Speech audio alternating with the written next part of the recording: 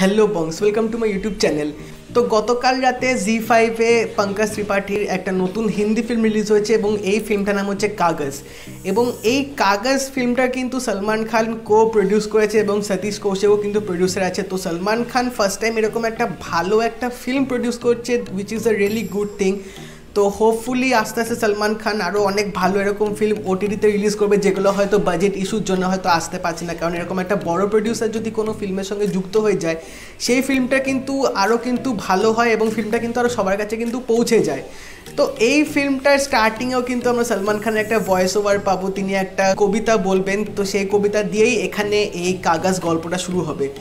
তো এই ফিল্মটা কিন্তু একটা সাধারণ মানুষের একটা অসাধারণ গল্প নিয়ে কিন্তু এখানে বলা হয়েছে, কীভাবে তিনি সিস্টেমের বিরুদ্ধে লড়ে নিজের পরিচয়পত্র জোগাড় করবেন, নিজের একটা আইডেন্টিটি ক্রিয়েট করবেন এবং একটা সিম্পল ম্যান থেকে কী করে সে একটা ওই এরিয়ার মধ্যে নিজের গ্রামের মধ্যে একটা পপুলার ম্যান হয়ে যাবে, সবার কাছে একটা ফেমাস টাইপের হয়ে যাবে এবং কীভাবে নিজের যুদ্ধটা জয় করবে। এই পুরো সেই ইমোশন, সেই গল্পগুলো নিয়ে কিন্তু এই ফিল্মটা করা হয়েছে এবং এর ট্রিটমেন্টটা কিন্তু সম্পূর্ণ আলাদা রাখা হয়েছে। কারণ গল্পের কনসেপ্টটাই কিন্তু পুরো নতুন টাইপের, মানে এরকম কনসেপ্ট, এরকম গল্প আমি এখন অবধি কিন্তু আগে হিন্দিতে দেখিনি।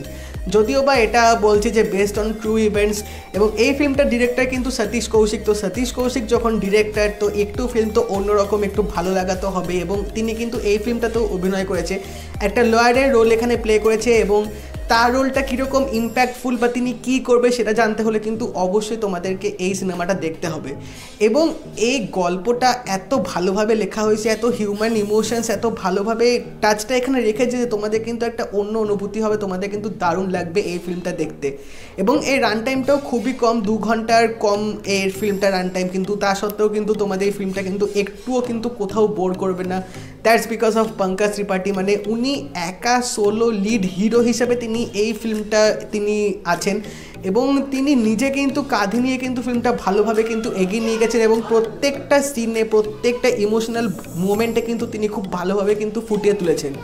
এবং অবশ্যই বলতে হবে তার সাথে তার বউয়ের যে চরিত্রটা প্লে করেছে, তিনিও কিন্তু দারুণভাবে এখানে অ্যাজ আ পঙ্কজ ত্রিপাঠীর ওয়াইফ ক্যারেক্টারটা তিনি খুব ভালোভাবে কিন্তু ফুটিয়ে তুলেছেন এখানে।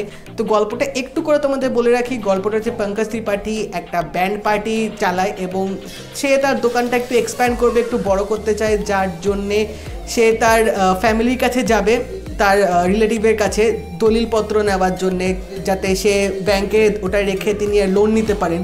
এবং সেখানে গিয়ে তিনি জানতে পারবে যে সরকারি কাগজে, সরকারি ডকুমেন্টসে তিনি মানে মৃত ঘোষিত, কিন্তু তিনি তো বেঁচে আছেন। তো এবার সেখান থেকেই আসল জার্নি শুরু হবে, তিনি কীভাবে সিস্টেমের এগেনস্টে লড়ে কীভাবে তিনি নিজের পরিচয়টা জোগাড় করবে, কীভাবে নিজের আইডেন্টিটিটা ক্রিয়েট করবে এবং এই যে ফলস যে একটা যে তার বিরুদ্ধে যে চক্রান্ত চলেছে সেটার বিরুদ্ধে কী করে তিনি জয় করবে, সেই পুরো গল্পটা নিয়ে কিন্তু এই ফিল্মটা সাজানো হয়েছে। তো আমার স্টোরিটা কিন্তু খুব ভালো লেগেছে, ভালো স্ক্রিন প্লেটাও লেখা হয়েছে এবং ডিরেকশানটা যেভাবে দিয়েছে না, তোমাদের কিন্তু দারুণ লাগবে ফিল্মটা দেখতে। এবং গানগুলো বেশ ভালোভাবে ফিল্মটার মধ্যে রাখা হয়েছে, অতটাও মানে শুনতে খারাপ লাগবে না। এবং ব্যাকগ্রাউন্ড মিউজিকটা কিন্তু বেশ ভালোভাবে কিন্তু ফিল্মটার মধ্যে দিয়েছে, মানে একটা অন্যরকম টাইপের কিন্তু পুরো একটা ইমোশন কিন্তু তোমাদের মধ্যে কাজ করবে এবং এন্ডে কিন্তু তোমাদের একটু হলেও কিন্তু একটা মুখে হাসি চলে আসবে, তোমাদের কিন্তু ভাল লাগবে। একটা ফিল গুড টাইপের মুভি কিন্তু এটা করা হয়েছে।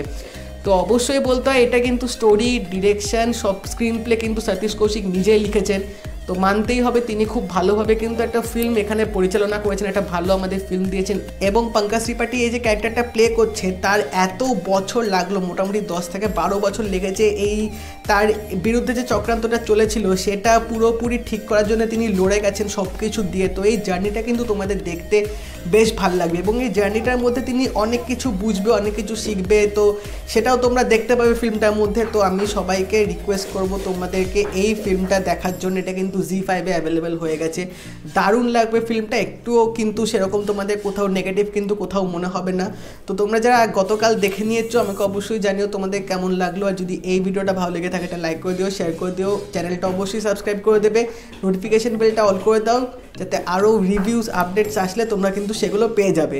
তাই দেখা হবে পরের ভিডিওতে, বাই।